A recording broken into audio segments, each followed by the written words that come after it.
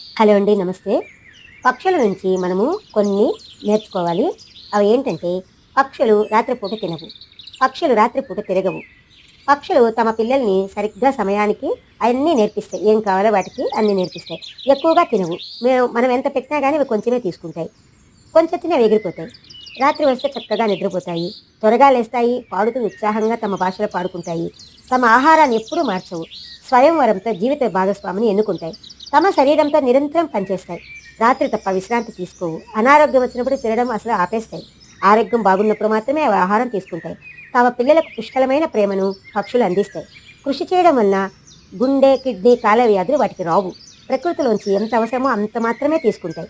తమ ఇంటిని పర్యావరణ అనుకూలంగా మార్చుకుంటాయి. తమ భాష తప్ప వేరే భాష మాట్లాడవు. చాలా బోధనాత్మకంగా ఉంది కదూ! మనం కూడా వీటి నుంచి కొన్నైనా కనీసం నేర్చుకుంటే జీవితం చాలా సులభంగా ఉంటుంది. అన్నీ నేర్చుకుంటే అందంగా, విజయవంతంగా